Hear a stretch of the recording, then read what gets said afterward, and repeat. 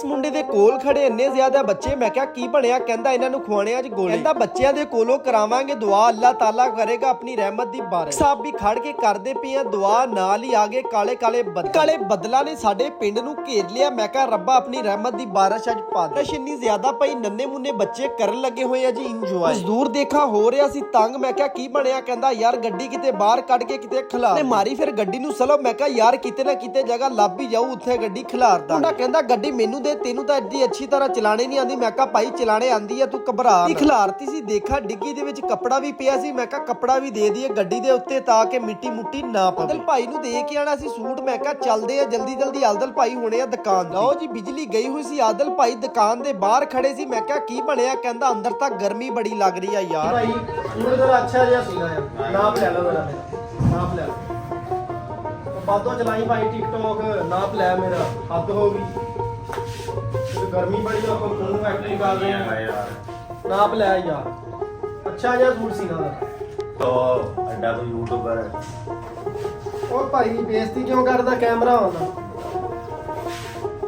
ਦੇ ਵਿੱਚ ਮਿੱਤਰੋ ਯਾਰ ਕਾਫੀ ਸਹੂਲਤਾਂ ਮੌਜੂਦ ਆ। ਸਪਰੇਆਂ ਵੀ ਲੱਭ ਜਾਂਦੀਆਂ ਬੂਟੀਆਂ ਨੂੰ ਮਾਰਨੇ ਵਾਸਤੇ। ਮੁੰਡੇ ਨੇ ਨਿਆਣੇ ਸਾਰੇ ਮਹੱਲੇ ਦੇ ਕਰ ਲਏ ਇਕੱਠੇ, ਆਵਾਜ਼ਾਂ ਮਾਰੀਆਂ ਨੰਨੇ ਮੁੰਨੇ ਬੱਚਿਓ ਆਇਓ ਬਾਹਰ ਤੁਹਾਨੂੰ ਖਵਾਵਾਂ ਗੋਲੇ। ਬਹੁਤ ਜ਼ਿਆਦਾ ਸੀ। ਨਾਈਸ ਮੁੰਡਾ ਦੇਖਾ ਬੈਠਾ ਬਾਹਰ, ਯਾਰਾਂ ਨੇ ਅੰਬ ਕੱਟ ਕੇ ਲਿਆ ਕੇ ਦੇਤਾ ਨਾਈਸ ਮੁੰਡੇ। ਜ਼ਿਆਦਾ ਗਰਮੀ ਉਨੀ ਜ਼ਿਆਦਾ ਗਰਮੀ ਦੇ ਵਿੱਚ ਚੱਲ ਰਿਹਾ ਜੀ ਜਨਰੇਟਰ ਦੇ ਕੱਢੇ ਹੋਏ ਆ ਧੂਏ। ਪੜੀ ਨਮਾਜ਼ ਜ਼ੋਹਰ ਨਾਲੇ ਕੀਤੀ ਦੁਆ, ਮਲਕ ਸਾਹਿਬ ਵੀ ਦੁਆ ਕਰਦੇ ਪਏ ਸੀ, ਨਾਲ ਹੀ ਆਗੇ ਕਾਲੇ ਕਾਲੇ ਬੱਦਲ। ਮੈਂ ਕਿਹਾ ਰੱਬਾ ਤੇਰਾ ਲੱਖਾਂ ਕਰੋੜਾ ਮਰਤਬਾ ਸ਼ੁਕਰ। ਚੱਲਣ ਲੱਗ ਗਈਆਂ ਠੰਡੀਆਂ ਠੰਡੀਆਂ ਹਵਾਵਾਂ। ਕਾਲੇ ਕਾਲੇ ਬੱਦਲ ਦੇਖਾਂ ਤੇ ਪਿੰਡ ਵਾਲ ਹੌਲੀ ਹੌਲੀ ਆ ਰਿਹਾ ਨੇੜੇ ਨੇ। ਤਾਂ ਕਾਲੇ ਕਾਲੇ ਬੱਦਲ ਪਿੰਡ ਦੇ ਬਾਹਰੋਂ ਬਾਹਰੋਂ ਹੋ ਕੇ ਜਾ ਰਹੇ ਸੀ। ਮੈਂ ਕਿਹਾ ਰੱਬਾ ਸਾਡੇ ਤੇ ਵੀ ਕਰਦੇ ਕਰਮ ਪਾਏ ਬਾਰਿਸ਼। ਕਾਲੇ ਕਾਲੇ ਬੱਦਲਾਂ ਵਾਲਾ ਵਿਊ ਤੁਸੀਂ ਚੈੱਕ ਕਰੋ, ਕਿਆ ਬਾਤ ਆ। ਅੱਲਾਹ ਤਾਲਾ ਦਾ ਹੋ ਗਿਆ ਸਾਡੇ ਤੇ ਕਰਮ, ਇਨਸ਼ਾਅੱਲਾ ਹੁਣੇ ਹੀ ਪਏਗੀ ਰਹਿਮਤ ਦੀ ਬਾਰਿਸ਼। ਲੱਗ ਗਈ ਜੀ ਬਾਰਿਸ਼, ਨੰਨੇ ਮੁੰਨੇ ਬੱਚੇ ਦੇਖਾਂ ਤੇ ਕਰਨ ਲੱਗ ਗਏ ਇੰਜੋਏ। ਮੈਂ ਕਿਹਾ ਯਾਰ ਮੈਂ ਵੀ ਨਹਾ ਲਵਾਂ। ਬਾਬਰ ਭਾਈ ਵੀ ਦੇਖਾਂ ਤੇ ਨਹਾਣੇ ਵਾਸਤੇ ਹੋਏ ਆ ਤਿਆਰ। ਅੱਲਾਹ ਤਾਲਾ ਦਾ ਲੱਖਾਂ ਕਰੋੜਾ ਮਰਤਬਾ ਸ਼ੁਕਰ ਆ ਮਿੱਤਰੋ, ਸਵਾਦ ਅੱਜ ਤਾਂ ਸਾਰਾ ਹੀ ਆ ਗਿਆ ਮੀਂਹ ਨਾਲ।